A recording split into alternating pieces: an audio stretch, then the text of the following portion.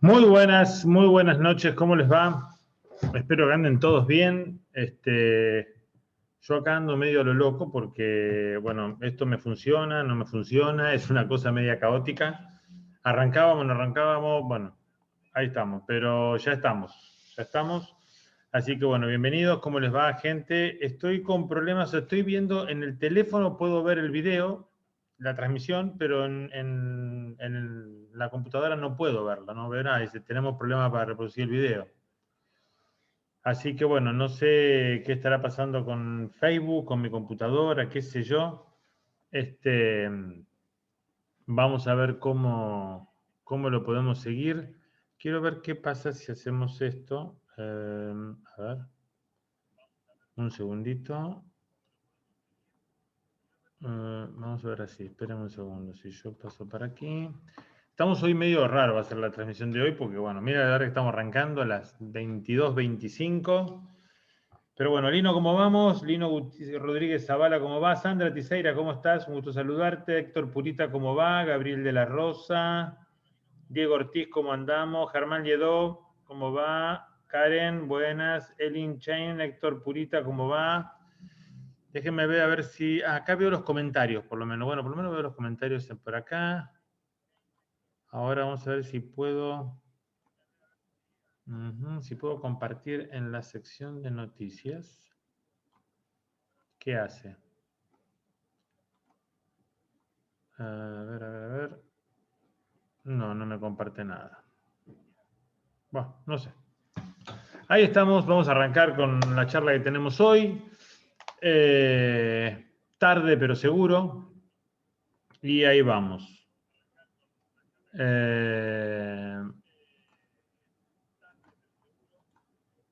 Y vamos a ir yendo al tema, ya que tenemos para hoy. No demoremos más, porque si a estos muchachos se les ocurre por ahí cortarnos el chorro, viste que esto es medio como... Arreglate como puedas. Vamos a estar hablando de qué debo saber de composición. ¿Tá? Ese es un punto fundamental que es importante que lo tengamos bien, bien claro. ¿Qué es lo que tengo que saber de composición?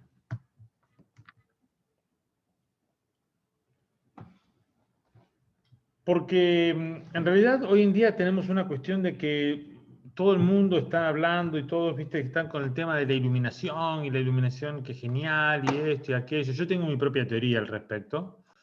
De por qué todo el mundo está con el tema de la iluminación y qué sé yo. Y en composición, viste, que es rompamos las reglas, pero en iluminación nadie se atreve a romper nada, ¿viste? Bueno, lo que pasa es que, desde mi punto de vista, con la iluminación, como hay un montón de juguetes para comprar y para usar y qué sé yo, entonces está lindo lo de la iluminación, ¿no? Porque los juguetes como que parecerían que aprendo la receta y me reemplaza el conocimiento. Pero con la técnica estás al horno. ¿Por qué? Porque con la técnica, digo, con la composición estás al horno. Porque con la composición, si no sabes realmente cómo moverte, para qué es, qué cosas tengo que tener en cuenta, cómo se desarrollan, cómo la aplico, no hay juguetito, no hay nada que te salve ahí, ¿viste? Es puro conocimiento. Entonces ahí es donde me parece que tenemos alguna cuestión con esto de la composición, por eso no hay tanta gente que se alucinado con la composición. Pero bueno, nosotros hoy vamos a hablar de composición y vamos a hablar de qué es lo que tengo que saber de composición. Quiero hacer un curso de composición, quiero aprender de composición. Bueno, vamos a ver algunas de las cosas que son fundamentales que aprendas en la composición. Y primero tener una comprensión de lo que es cuando hablamos de composición. Y la composición es la forma ordenada de expresar visualmente la manera en que vemos el mundo para que los otros comprendan. Eso es básicamente composición. Es la forma ordenada, porque necesitamos tener un orden para que entiendan, de expresar visualmente la manera en que vemos el mundo para que los otros comprendan. Estamos hablando de la composición en fotografía, ¿eh? Si vamos a la composición en música, es otra historia, o sea, pero en fotografía. Pero lo primero que tenemos que tener en cuenta es para qué sirve componer, para qué sirve la composición. O sea, algunos dicen, uy, el arte está en la composición. Otros dicen, no, lo artístico está en la iluminación, en la luz, en esto, aquello. Bueno, la semana pasada hablamos de la iluminación, Pero el arte o lo artístico no está ni en la técnica, ni en la composición, ni en la iluminación, ni en la edición. ¿Está? Eso ténganlo bien, bien claro. El arte, la parte artística, esa expresión artística está en vos, está adentro tuyo. Es lo que vos tenés que expresar, es lo que vos tenés que sacar de adentro y decir algo y expresar algo. Punto. El resto pueden ser habilidades, conocimientos, recursos que te van a servir muchísimo para expresarte. Pero la parte artística la pone tu alma, no la pone ninguna otra cosa. Ni la iluminación, ni los flashes, ni la composición, ni tu supercámara, ni nada por el estilo. Entonces, atenti con eso, para tener bien en cuenta. Pero la composición es eso. Es la forma ordenada, cuando componemos hay un orden, es la forma ordenada de expresar visualmente la manera en que vemos el mundo para que los otros comprendan cómo nosotros vemos la vida, cómo vemos el mundo. Pero técnicamente, ¿para qué me sirve la composición? Bien, la composición básicamente es el ordenamiento y la estructuración de los elementos que forman parte de una imagen. Es la combinación de elementos seleccionados para transmitir un mensaje visual con un determinado significado. O sea que la composición es esta cuestión de el ordenamiento, o sea, digamos, el orden y la estructura que voy a crear de los elementos. Acá va a venir la golosina, el bombón, acá la taza de café, esta cuchara cruza para acá, estos dos libros están acá, acá está la cafetera, este espacio va a tener el humo, o sea, el orden que le voy a dar y la estructura que voy a formar en mi imagen. En la composición voy a combinar elementos seleccionados para transmitir un mensaje visual con un determinado significado. ¿Para qué me sirve entonces la composición? Para esto, jerarquizar los elementos de la imagen en función del contenido. El contenido es el mensaje. Es la identificación de elementos principales y secundarios. La composición te permite generar un orden de lectura, porque a partir de la jerarquización de los elementos, se conduce al espectador a recorrer la imagen para que pueda decodificarla y comprender el mensaje. Así que el punto acá pasa por lo siguiente. La composición es el ordenamiento y la estructuración, ¿está?, de los diferentes elementos. ¿Qué estructura vas a armar en tu composición? ¿Dónde vas a ubicar los elementos? ¿Qué orden le vas a dar? ¿Pero para qué? Para jerarquizar.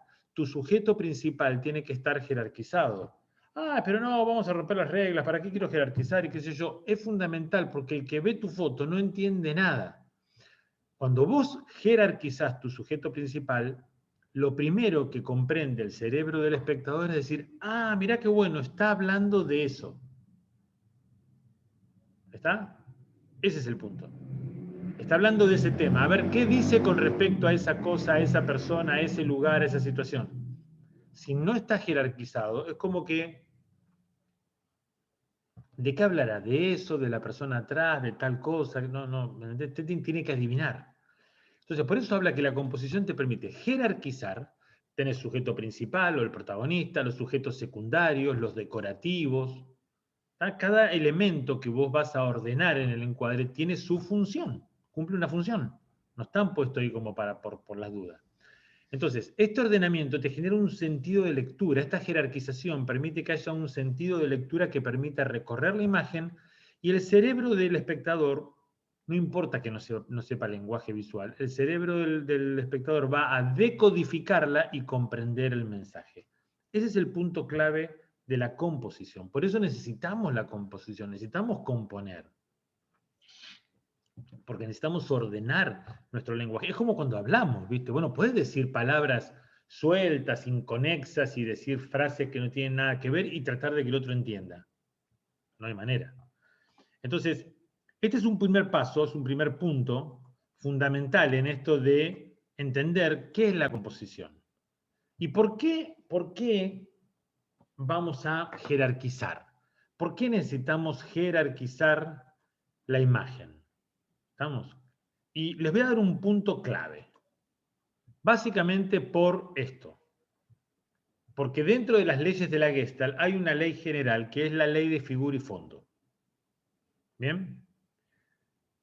En primer lugar, cabe definir figura como un elemento que existe en un espacio, destacándose en su interrelación con los demás elementos. De igual forma, podemos entender fondo como todo aquello que no es figura, es decir, la parte del campo que contiene elementos interrelacionados que sostienen a la figura. Así que, ¿qué es la figura? ¿Ah? Es un elemento que existe en un espacio, nuestro marco, nuestro encuadre, nuestra foto, destacándose en su interrelación con los demás elementos. O sea que la figura se destaca, atenti, la figura se destaca en la relación que tiene con los otros elementos que vos pones en la foto. ¿En dónde se destaca la figura? En el encuadre, en ese espacio que vos recortás, que va a ser tu foto. ¿Y fondo qué es? Es todo aquello que no es figura, es decir, la parte del campo, la parte del encuadre, que contiene los elementos interrelacionados que sostienen a la figura. Entonces tenemos figura, fondo, figura, fondo. ¿Por qué es importante esto? ¿Por qué es importante el tema de figura, fondo? Básicamente, porque el cerebro no puede identificar a las dos cosas al mismo tiempo. Cuando el cerebro ve una imagen, o presta atención a la figura o al fondo. ¿A qué le va a prestar atención? A lo que más le llame la atención. Entonces, resulta que vos le sacaste una foto a algo y querés que esto sea el sujeto principal y sea lo que más llame la atención. Pero el tema es que como no supiste jerarquizar tu sujeto principal y el fondo llama más la atención que el sujeto, entonces el espectador se pone a ver el fondo. Después se da cuenta que vos pusiste algo adelante, que, a ver, ay, ¿qué es esto? Entonces viene y mira lo que está adelante, pero como llama mucho más la atención el fondo, vuelve al fondo. Y ahí vamos, en un conflicto que no sabemos qué es lo importante, qué no, entonces el cerebro no comprende, descarta la imagen. Tenemos esta cuestión, el cerebro no puede las dos cosas al mismo tiempo tomarlas. Entonces, jerarquizo mi sujeto principal, genial, el cerebro va ahí, lo ve, genial, perfecto, y empieza a recorrer la imagen, pasando por el fondo, entendiendo el fondo como un soporte, la interrelación con los otros elementos, pero como vos jerarquizaste al principal, ya se entiende qué es lo que estás queriendo decir. Ese es el punto de la importancia en la composición y de jerarquizar al sujeto principal. Ese es el punto que tenemos para entender que a través de la composición es fundamental que manejemos esto. ¿Qué más necesitamos saber dentro de lo que es la composición? Básicamente lo que llamamos la gramática fotográfica. La gramática en sí es la parte de la lingüística que estudia la manera en que se combinan las palabras para formar oraciones. Incluye la morfología y la sintaxis. ¿Está? Bien, esto sería en la lingüística gramatical. Perfecto. Ahora, en lo que es la parte hablada y todo eso. Pero nosotros tenemos que en la fotografía también es un lenguaje. Entonces, en el lenguaje visual vemos la combinación de signos, símbolos y demás recursos para formar un mensaje. Es el conjunto de normas y reglas para hablar y escribir correctamente una lengua. Eso es la gramática. Muy bien. La fotografía es una lengua, es un lenguaje. Entonces, necesitamos entender cómo es la morfología, la sintaxis y la semántica para poder expresarnos. Cuando estamos hablando de gramática fotográfica, estamos hablando de un montón de recursos que tenemos para expresarnos. La gente cree que el punto de vista, el ángulo de toma, hacer una foto de picado, de contrapicado, me agacho, la distancia focal, si pongo un gran angular o un tele, si uso mucha profundidad de campo o poca profundidad de campo, si la iluminación es selectiva o general, si bajo la velocidad y uso el barrido para movimiento o no, si la hago en blanco y negro color, el formato, la edición, la forma, el volumen, todo esto que uso, muchas personas piensan que son técnica fotográfica y que lo usás como se te ocurra. No, eso es parte fundamental de la morfología y la morfología de la gramática. La combinación de todo esto está establecida por la sintaxis, o sea, qué cosas representan. Un punto de vista bajo con un gran angular tiende a engrandecer al sujeto que estás poniendo. Bueno, es así. Esa es la sensación que produce. Un teleobjetivo pega los planos, comprime y te altera, digamos, las formas y tamaños. O sea, cada cosa tiene su aplicación en la sensación que produce. Eso es la gramática y el estudio y la combinación de todo eso. ¿Está? Todo lo que genera. ¿Qué más tenemos que aprender y tenemos que saber en composición? Bueno, sobre armonía y equilibrio. Esto es fundamental. Más allá de regla de los tercios, la ley de la mirada, las diagonales, que todo eso está bien, pero el punto fundamental pasa por esto, por armonía y equilibrio. Y podemos hablar que, cuando hablamos de equilibrio, se define literalmente como el estado de un cuerpo cuando las fuerzas que actúan sobre él se compensan y anulan mutuamente, quedando estable. En la imagen ocurre exactamente lo mismo. Podemos traducirlo de la siguiente manera. Cuando un elemento dentro de un formato queda estable y armónico gracias a la compensación de fuerzas perceptuales a las que se somete. Así que cuando hablamos de equilibrio podemos decir que es el estado de un cuerpo, de un objeto, de una cosa, cuando las fuerzas que actúan sobre él se compensan y anulan mutuamente. ¿Está? O sea que cuando sobre el elemento que estamos haciendo la foto, tenemos fuerzas que van a actuar sobre ese elemento de manera igual, digamos, ahí tenemos un equilibrio. Estas fuerzas perceptuales, o sea, de la percepción, existen de una manera psicológica en la interpretación del espectador. Y con ellas se interpretan atracciones y repulsiones como propiedades genuinas del formato y de los elementos que éste contiene. Así que, cuando estamos hablando de atracciones, podemos estar hablando de esto, cómo los, digamos, diferentes elementos te permiten a vos llevar la mirada al sujeto principal. Y cuando hablamos de repulsiones, podemos estar hablando de esto.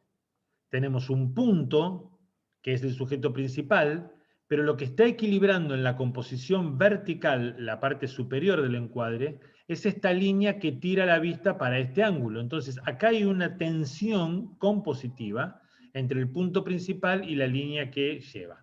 ¿Está? El equilibrio hay muchísima más teoría y más fundamento, pero bueno, necesitamos saber de equilibrio en sí. Más allá de la reglita de los tercios, de las diagonales, necesitamos saber de equilibrio y de armonía. La armonía implica la organización y confluencia de los elementos que forman la obra. Organización y confluencia de los elementos, o sea, la coherencia, ¿no? Ya sea plástica, musical o escénica.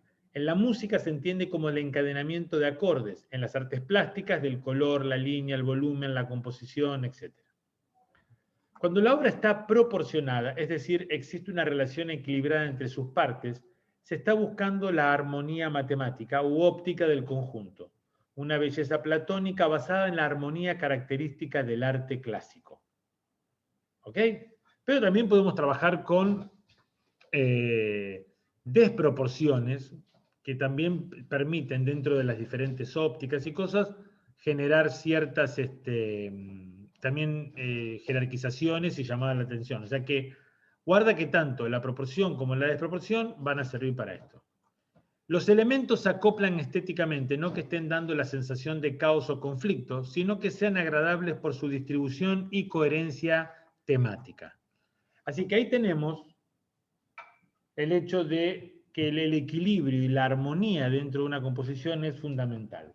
Aquellos que generalmente hacen bodegones tengan en cuenta, no mezclen cosas que no tienen nada que ver, porque se rompe la armonía.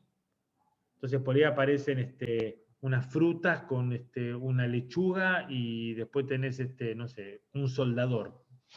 No tiene nada que ver. ¿Estamos? Entonces, coherencia, porque es parte de lo que es la armonía. Seguimos. El blanco y negro y el color. ¿Qué temita? Blanco y negro y color. ¿Por qué digo que temita? Porque acá hay toda una serie de cuestiones con esto increíble. Básicamente en el hecho de aquellos cuando yo lo veo, no lo leo a veces, cuando salen con el tema de, ¿qué les parece? Blanco y negro, color, qué sé yo, negativo o hay cosa. Y yo digo, a ver, si vos no lo tuviste en mente cuando armaste tu foto, tu composición, todo, ¿cómo te lo van a definir los demás? ¿Qué es lo que? Entonces, no sé, si uno está preguntando ese tipo de cosas es porque no entiende muy bien cómo es la cuestión de la composición. Y digamos que esto es un tema bastante profundo, vamos a decirlo de alguna manera. Pero bueno, blanco y negro, color. En un mundo colorido, el blanco y negro posee la especial cualidad de simplificar los mensajes, eliminando la diversidad y el desorden bajo el rigor de un mundo unidimensional. O sea que todos aquellos colores que llaman la atención, cosas que aparecen por el estilo, desaparecen acá. Lo que ofrece el blanco y negro es una especie de abstracción de la realidad que nos permite concentrarnos más en la acción o en el sujeto principal que en otra cosa, ya que las distracciones que podrían obrar en el color no las tenemos. Más allá de que para el blanco y negro necesitamos tener un trabajo técnico particular, volumen, textura es fundamental, ahí no hay alternativa, tiene que aparecer eso. Más allá de eso, necesitamos entender que el blanco y negro representa algo, al ser una abstracción de la realidad, representa algo que no es real. Porque en el mundo no hay cosas blanco y negro, la gente no es blanco y negro, o sea, el mundo no es en blanco y negro. Entonces, el blanco y negro es ficción, no es real. Y tengo que aplicarlo en un mensaje, en un contenido que esté generando esa sensación de ficción o de producir alguna cosa. La acción, la técnica, el manejo, ese tipo de cosas son fundamentales en blanco y negro. En el color, según en qué ámbito lo estudiemos, va a haber diferencias. En psicología y en filosofía muestran al color como un portador de expresión, efectividad, sensación de cierto simbolismo y carácter, poseyendo su propio lenguaje y significado. El color como un influyente en el ser humano cuando domina en el ambiente. En el lenguaje de las artes plásticas, el color es primordial, calificativo para los objetos. O sea, porque reconocemos muchos objetos gracias al color. En algunas obras y movimientos artísticos, el color se erige como un protagonista. ¿Ok? Pero entendamos que el color es una experiencia visual, es una impresión sensorial la que recibimos a través de nuestros ojos. El mundo que nos rodea y que apreciamos se nos muestra en color. Las cosas que vemos no solo se diferencian entre sí por su forma y tamaño, también por su colorido. Todo esto es gracias a la luz que incide sobre los propios objetos. O sea que esta cuestión de poder definir si voy a trabajar en blanco y negro y el color tiene un porqué. Y el blanco y negro tiene un tratamiento particular y el color tiene su tratamiento particular. Acá en el color aparece el tema de las paletas de colores, el tema de cómo combino diferentes colores y trabajo en armonías, en contrastes. Es un conocimiento que necesitamos absoluto. ¿Qué más necesito saber de la composición? La morfología. Saber de morfología. Morfología deriva del griego y se puede traducir como la ciencia de la forma. ¿Está? Es la rama de una disciplina que se ocupa del estudio y la descripción de las formas externas de un objeto. Así que fíjense que es la ciencia que estudia la forma. Y nosotros trabajamos con esto de la forma, fundamental. Es más, con la luz modelamos y todo eso. Rudolf Arnhem, en su libro Arte y Percepción Visual, señala que el proceso perceptivo de los objetos arranca con la aprehensión de los rasgos estructurales sobresalientes. Precisamente, la forma constituye el aspecto visual y sensible de un objeto o de su representación. Así que esta cuestión de la percepción que tenemos de un objeto tiene como puntapié inicial esa aprehensión, ese reconocimiento, ese descubrimiento de los rasgos estructurales sobresalientes. Justo Villafañe, en su libro Los elementos morfológicos de la imagen, lo define mejor. Dice, con respecto a la forma, se refiere al conjunto de características que se modifican cuando el objeto cambia de posición, orientación o simplemente de contexto. Este estudioso distingue entre forma y estructura, o, mejor dicho, forma estructural. Este último definido como las características inmutables y permanentes de los objetos sobre los que reposa su identidad visual. Y esto es lo fundamental. La base de la morfología está en esto, en esas digamos, en reconocer esas características inmutables y permanentes de los objetos sobre los que reposa su identidad visual. O sea que los objetos tienen una identidad visual. En el caso de una taza, creo que es una de las cuestiones más firmes de la identidad visual, está dada por el asa, donde se agarraría la taza o el pocillo. Así que mientras yo muestre el asa, todo el mundo va a reconocer que estoy hablando de una taza o de un pocillo. ¿Está? La morfología es fundamental, porque nosotros vamos a definir qué forma es la más apropiada cuando iluminemos. Ojo con eso, ¿eh? Acuérdense que iluminar cambia la forma, genera cosas, tiene lo suyo. ¿Cuál es la mejor manera que tenemos para practicar o para reconocer o para manejarnos en el tema de la composición? Yo diría, bueno, Gustavo, está bárbaro esto de la composición. ¿Cómo puedo, bueno, obvio, aprendiendo, haciendo cursos, leyendo, viendo lo que es la composición bien, pero aparte de eso, hay un género dentro de la fotografía que es donde más se pone en juego el tema de la composición. No quiere decir que en los otros géneros no lo hagas. En el retrato, en el reportaje, en el paisaje, la composición es fundamental, importantísimo como cualquier fotografía. Pero uno de los lugares, uno de los géneros, acuérdense que la fotografía tiene 4 géneros, ¿está? Paisaje, retrato, reportaje, y en el bodegón es donde más se pone de manifiesto el tema de la composición. ¿Por qué? Básicamente por lo siguiente, fíjense. Un bodegón, también conocido como naturaleza muerta, es una obra de arte que representa objetos naturales o artificiales en un espacio determinado.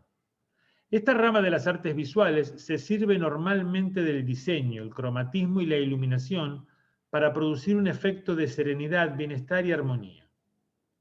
El bodegón da al artista más libertad compositiva que otros géneros pictóricos como el paisaje o los retratos. Y tenemos el bodegón publicitario, el gastronómico, el expresivo, pero el punto está en esto que les voy a decir ahora.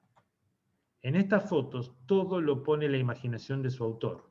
Resulta de su capacidad para producir y crear la escena.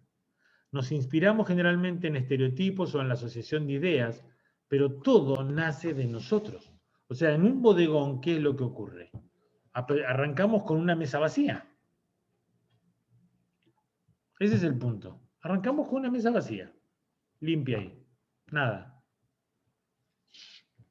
Y nosotros empezamos a construir.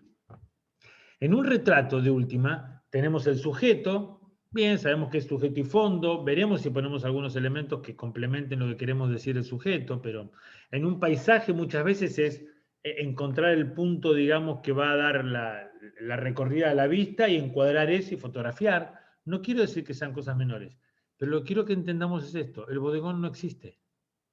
No existe. Es una mesa vacía.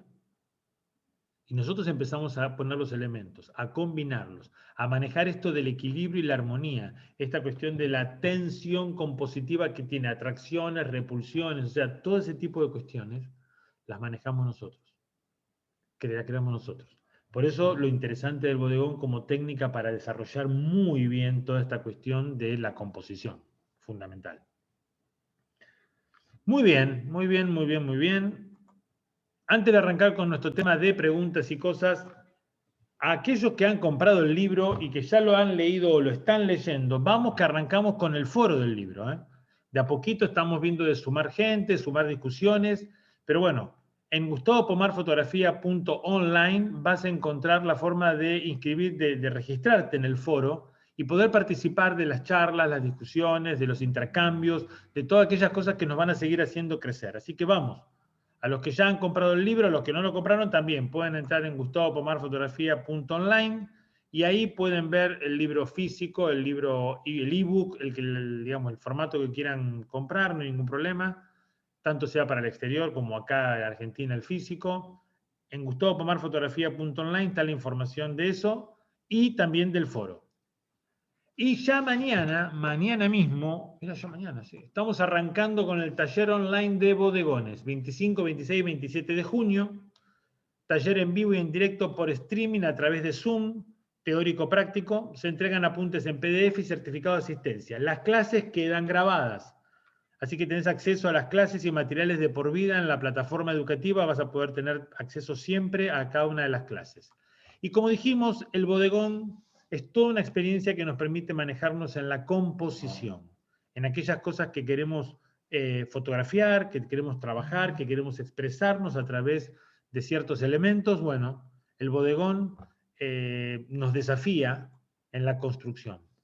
Toda la información información del taller de bodegones que comienza mañana la tienen acá, gustavopomarfotografía.com. Acá van a poder encontrar toda la información del taller de bodegones, ¿está? O en mis redes, no hay ningún problema. Muy bien. Vamos a ver lo que tenemos ya aquí. Acuérdense que estoy mirando en el teléfono. Hoy no sé, está todo muy raro en esto. Vamos a ver qué pasa. Daniel Berrueso dice, Gustavo, buenas noches. ¿Qué tela usás para los bodegones?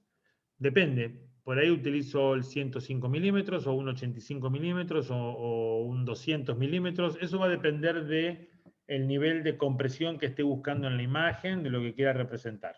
Pero sí, siempre es un teleobjetivo, ¿no? Aunque sea 70 milímetros, pero es un teleobjetivo porque necesitamos comprimir imágenes en el bodegón. Normal, un gran angular no te da eso. Muy bien. A ver. Muy bien, si tenemos más comentarios. José María dice, Gustavo, me enteré tarde que se veía por la app. Una lástima, mañana veré el video completo. Abrazos. Bueno, dale.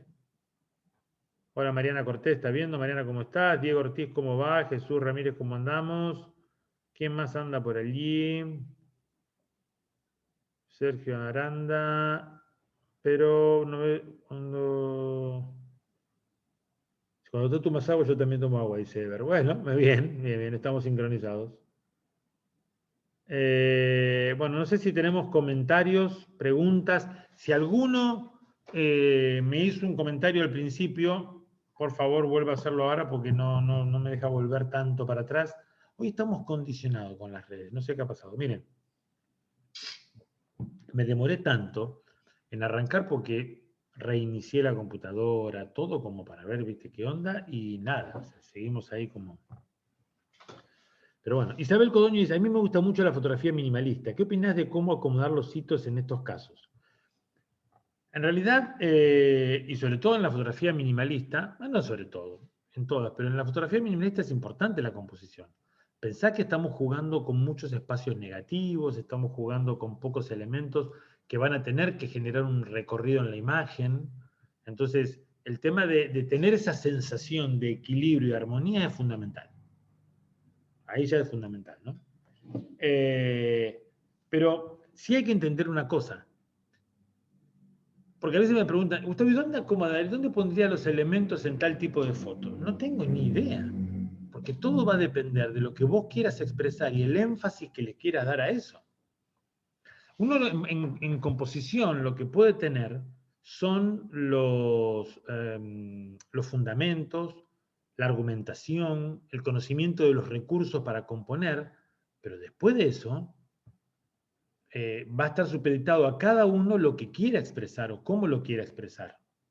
Entonces, por eso el tema de la composición no es algo que uno pueda estar diciendo, ponerlos así, ponerlos así. Diego Linares, el bodegón te enseña a componer e iluminar. ¿Se puede decir que es la base para aprender a crear? No sé si están así, pero sí es muy importante, Diego, te explico por qué. Porque en realidad, el bodegón cumple con una máxima de la creatividad que es fundamental y que es la siguiente. Creatividad es hacer que exista algo en donde antes no existía. Y el bodegón con eso se maneja perfecto. Porque estamos hablando de que hacer crear en una mesa, digamos, estás haciendo que exista algo y luego desaparece. Quedan registrados en tu foto. Así que tiene mucho que ver con eso. José María dice, ¿sabés qué tela es la de los softbox? Quisiera hacer unas ventanas para conseguir una iluminación diferente.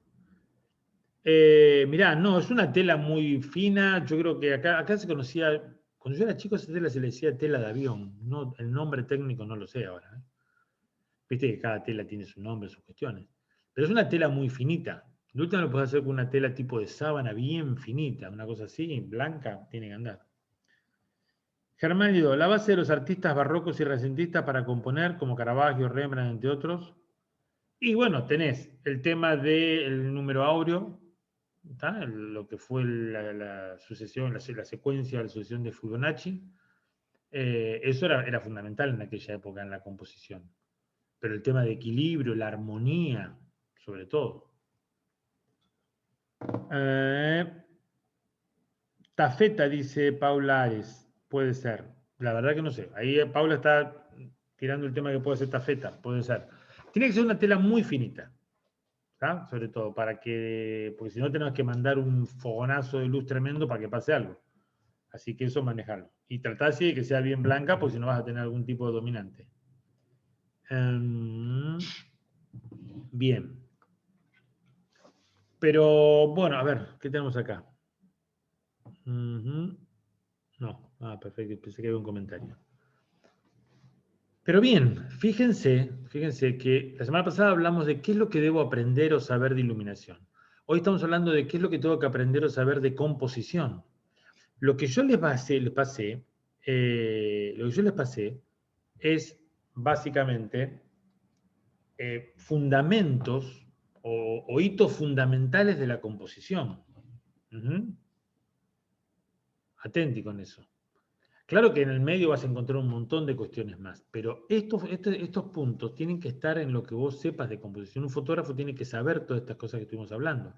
Equilibrio, armonía, el sentido de la composición, el tema de manejar colores o blanco y negro y cómo hacerlo, el tema de la morfología, el tema de las proporciones, el tema de la perspectiva. Todo eso necesitamos manejarlo y dominarlo muy bien.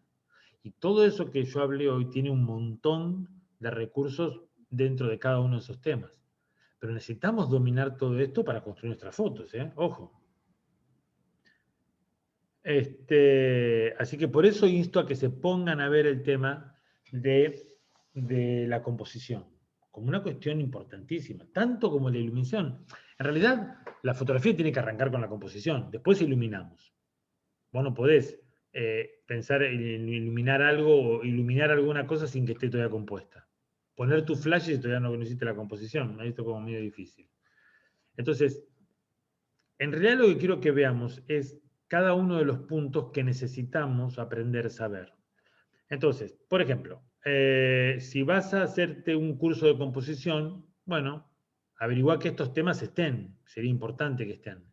Si vas a hacerlo vos por tu cuenta, empezá a buscar material en las redes sobre cada uno de estos puntos y ver cómo los vas enlazando. Pero necesitas saber todo esto para poder expresarte bien en la fotografía. Sí, el papel vegetal o papel manteca, papel mantequilla, anda muy bien, o papel albanene.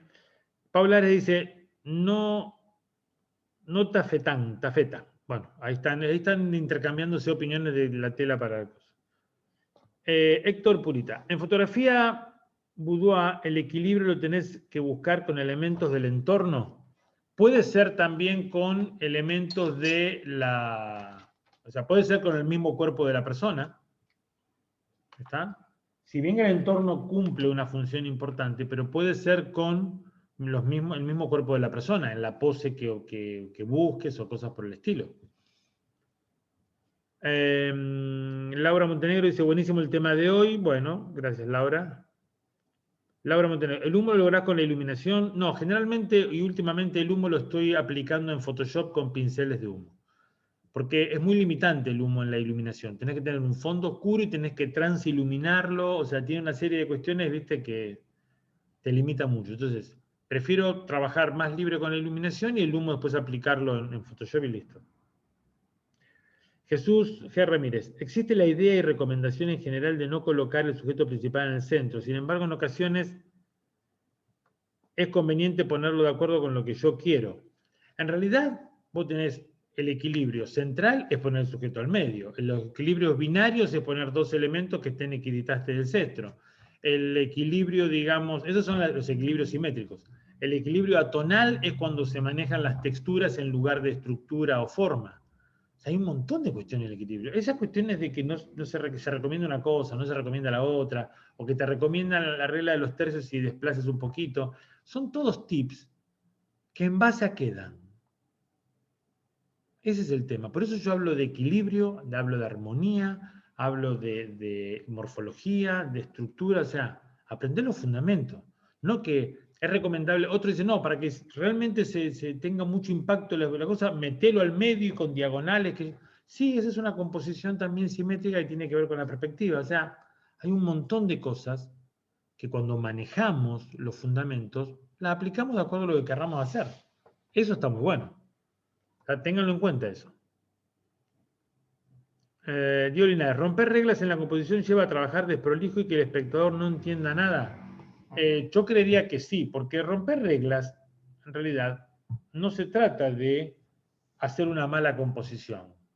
Algunos le sacan una foto a una persona, le cortan los pies y después la justifican como, a veces hay que romper las reglas para saltarse, que yo, no, hermano, hiciste una cagada, reconocelo y terminala, ¿viste? ¿Qué tan te venía a ser el Picasso rompedor de reglas ahora acá? ¿Viste? No, no, no. En realidad lo que hay que romper no son tanto las reglas, sino lo que hay que romper son estructuras mentales. Lo que tenemos que romper es esa cuestión de expresar copiándole a los demás. No, hermano, el romper las reglas pasa porque vos te expreses visualmente de una manera particular. Pero no viendo que, todos han reglado los tercios, yo lo hago al revés, la tercera para que vean que soy un romperreglas. No, esas son estupideces. Eso querés llamar la atención con fuegos artificiales que encima están mojados. Así que no, no lo recomiendo. Dogmas, dice Diego. En realidad es claro, exactamente, exactamente. Romper esta cuestión de los dogmas. Ese es el tema. Y en fotografía estamos llenos de dogmas, ¿eh? Pues hay la cantidad de gente que dice que mi iluminación, la luz en mis fotos no es luz de fotografía, que está mal. Lo llevo a tomar. ¿Por qué? Porque la luz de fotografía tiene que venir desde una sola fuente, tiene que ser bien reconocible, porque estaríamos simulando la luz del sol. Bueno, tuvo un montón de huevadas de esas, ¿no? Como si el sol no atraviesa ramas de árboles o no pega en distintos lugares y genera reflejos. Pero bueno, no importa. Y esos son dogmas. Esos son estructuras mentales. Eso es lo que hay que romper. No el tema de las reglas de composición, las reglas de iluminación. No, no jodas con eso. Si las reglas están buenas, las reglas te sirven, las reglas nos ayudan, nos ordenan. ¿Está? Las reglas nos permiten concentrarnos más en lo importante, que es el mensaje que queremos dar, y no tanto en las otras cuestiones que tienen que ver dónde ubico las cosas. ¿Y por qué lo hago así? Ahora, pues fíjate que hoy hablábamos de jerarquizar el sujeto principal y ver después la organización y la estructuración de los demás elementos, ¿no? Perfecto. Muy bien. Que fue lo que estuvimos hablando hoy en la parte de lo que era la composición. Ahora, vos tenés un montón de formas de organizar la información dentro del encuadre y de armar la estructuración. Tenés un montón de maneras de trabajar por atracciones o repulsiones. Tenés un montón de formas de manejar la armonía. No se trata de andar rompiendo. Si seguramente los que andan rompiendo reglas no usaron ni siquiera el 20% de todo lo que tienen ahí dispuesto, ¿no? Sergio Páez Benítez. Romper las reglas tiene que tener un propósito que esté ligado a un mensaje que se desea transmitir al espectador. Claro, por ejemplo. Pero en realidad, ¿sabes qué pasa, Sergio? No sé si vos lo ves así o a vos te parece, pero vos no es que decís, voy a romper las reglas para que se vea que estoy... No. Yo creo que una de las cosas que ocurre es que llega un punto en cuando no ves la forma de hacerlo de otra manera. O sea, es como que esa forma es la forma que expresa realmente, visualmente, lo que vos querés decir o lo que vos sentís. Entonces, ahí, esa ruptura de reglas, que no siempre hay ruptura de reglas, ¿eh? Hay un montón que piensa que están rompiendo las reglas y están haciendo composiciones asimétricas, por ejemplo. Eso me pasó, mira, me pasa constantemente con alumnos. Ahí es donde esa ruptura de reglas no, es interesante, te concentras en el mensaje porque realmente hay una coherencia, no es simplemente hacer algo raro. Esa es la cuestión. En eso estamos de acuerdo. Vamos a ver qué más veo por aquí. Esto de andar moviendo con el dedo, por ahí hago macana. Muy bien, ahí estamos. Pero tengan en cuenta eso. Tengan en cuenta que esto tiene mucho que ver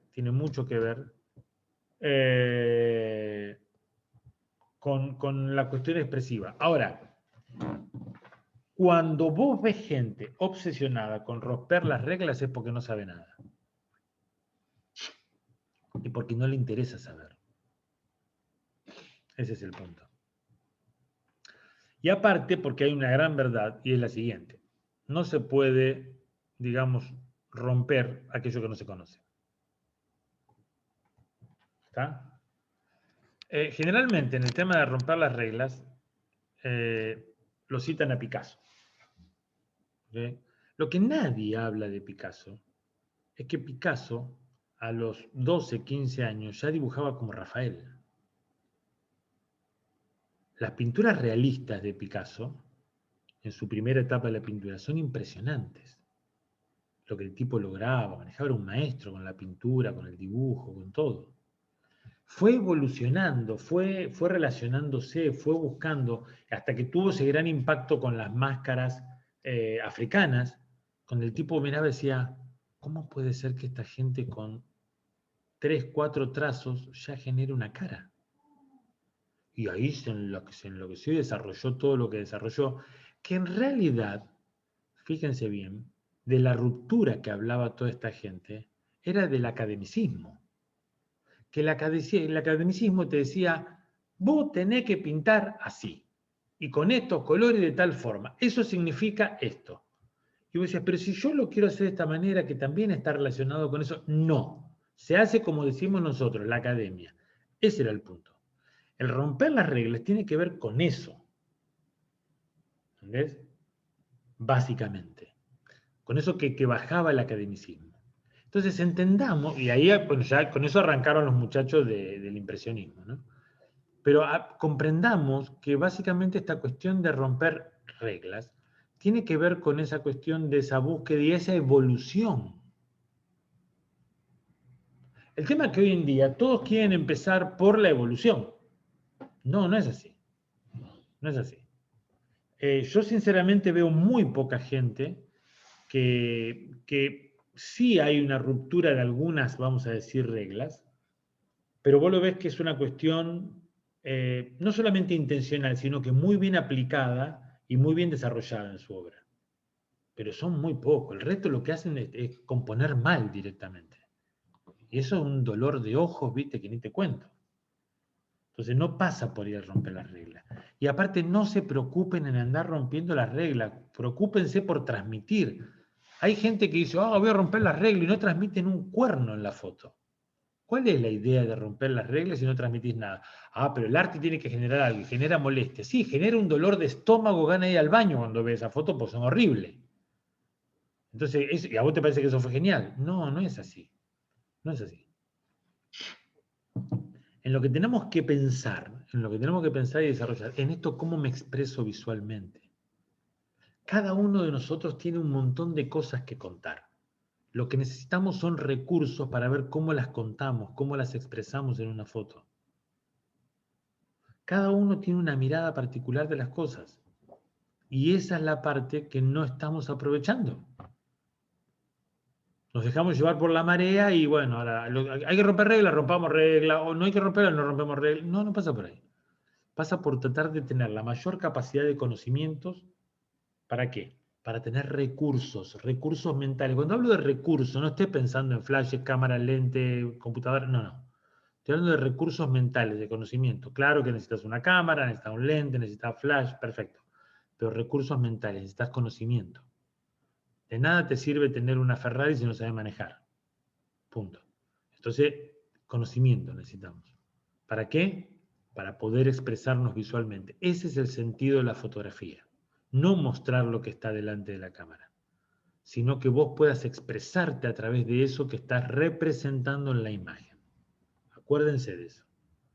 Ese es el punto fundamental. Muy bien, gente. Bueno,